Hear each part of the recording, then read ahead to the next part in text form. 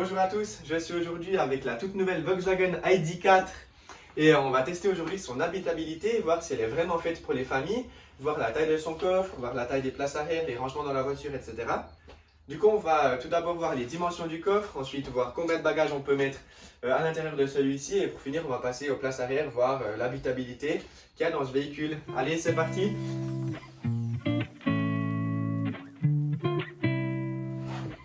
Le coffre, l'ouverture se fait ici en bas. On peut avoir un coffre électrique en option, là c'est un coffre manuel. Donc le coffre assez grand comme ceci. On a tout petit double fond ici pour ranger des câbles de charge, assez pratique.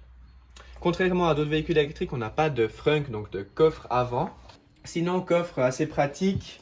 On a quelques endroits un peu creux ici. Les passages de roues, ça va encore. Je vais passer vite aux dimensions. Donc les dimensions de bas, la banquette est très inclinée là. Hein. On est environ, pour mettre une plaque, on est à 95-96 cm. Étant donné que je ne sais pas si vous voyez là, il y a un petit rebord. Donc depuis le rebord, on est à 90 cm. Hein. Ouais, 90 cm si on veut mettre quelque chose à plat.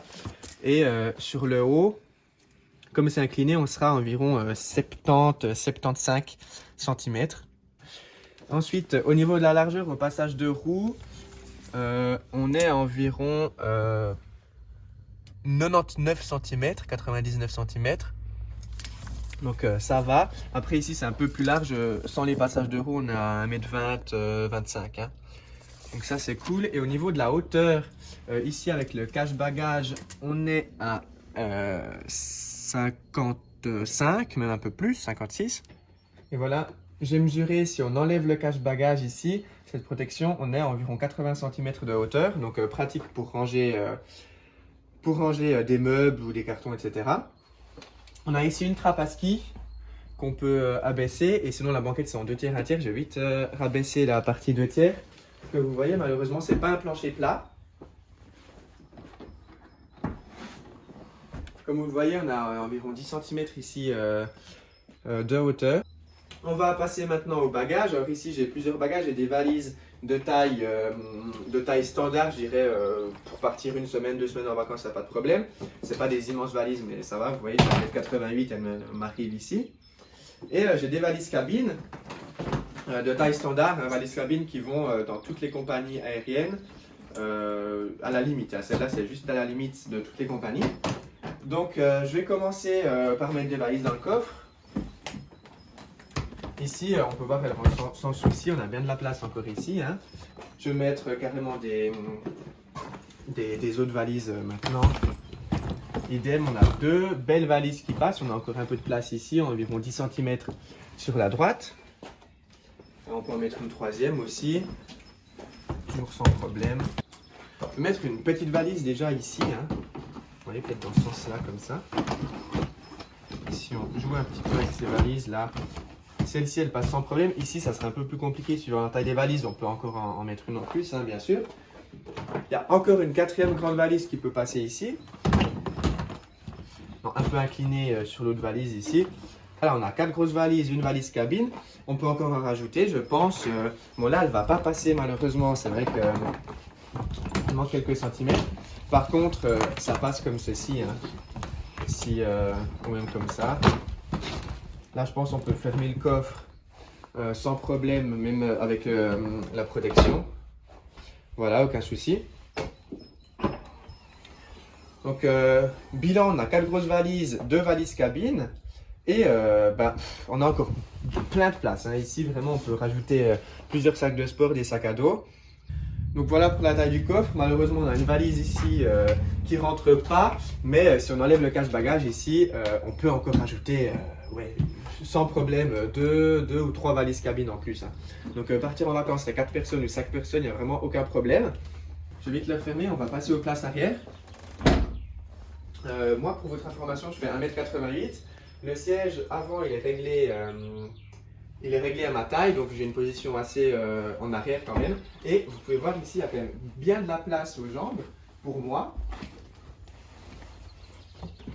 Voilà, donc à l'arrière, je suis confortablement installé. J'ai de la place ici pour mes pieds qui peuvent passer aussi sous le siège. J'ai bien de la place ici aux genoux sans trop, hein, mais ça fait l'affaire. Bien sûr, moi aussi, je l'ai réglé très très bas, très incliné. Hein. Donc il y aura plus de place si jamais le conducteur ou la conductrice est un peu plus petit que moi. 3 vraies places. Au milieu, c'est un peu dur quand même, un peu ferme. Même beaucoup, même très ferme. Mais bon, ça fait quand même le travail si jamais on veut partir une fois en vacances ou bien pour le travail de tous les jours. 3 vraies places, beaucoup de rangements. Et on a des petites pochettes ici très légères. On a 2 ports USB type C ici. On a des rangements aussi dans les contreportes pour mettre voilà, une bouteille 0,5, 0,75, je pense que ça passe sans souci. Donc à l'arrière, aucun problème. On peut facilement y mettre 3 adultes, je pense que ça passe sans problème. La place du milieu est quand même assez ferme hein, pour des longs voyages, ça sera pas top. Et puis voilà, ici peut-être chose intéressante, il y a un accoudoir si jamais vous partez seulement à 4.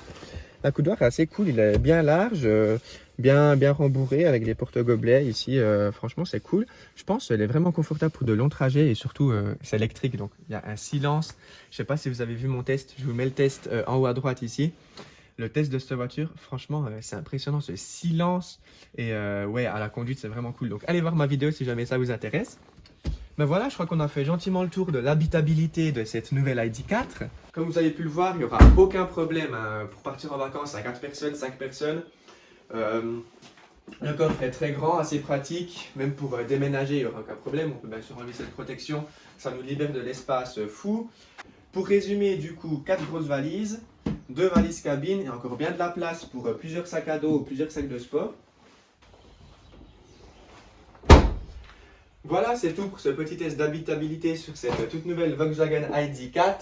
Vous avez pu le voir, il y a bien de la place, on peut facilement partir en vacances sans problème, 4 ou 5 personnes. Donc pour résumer, ce véhicule est vraiment fait pour les familles.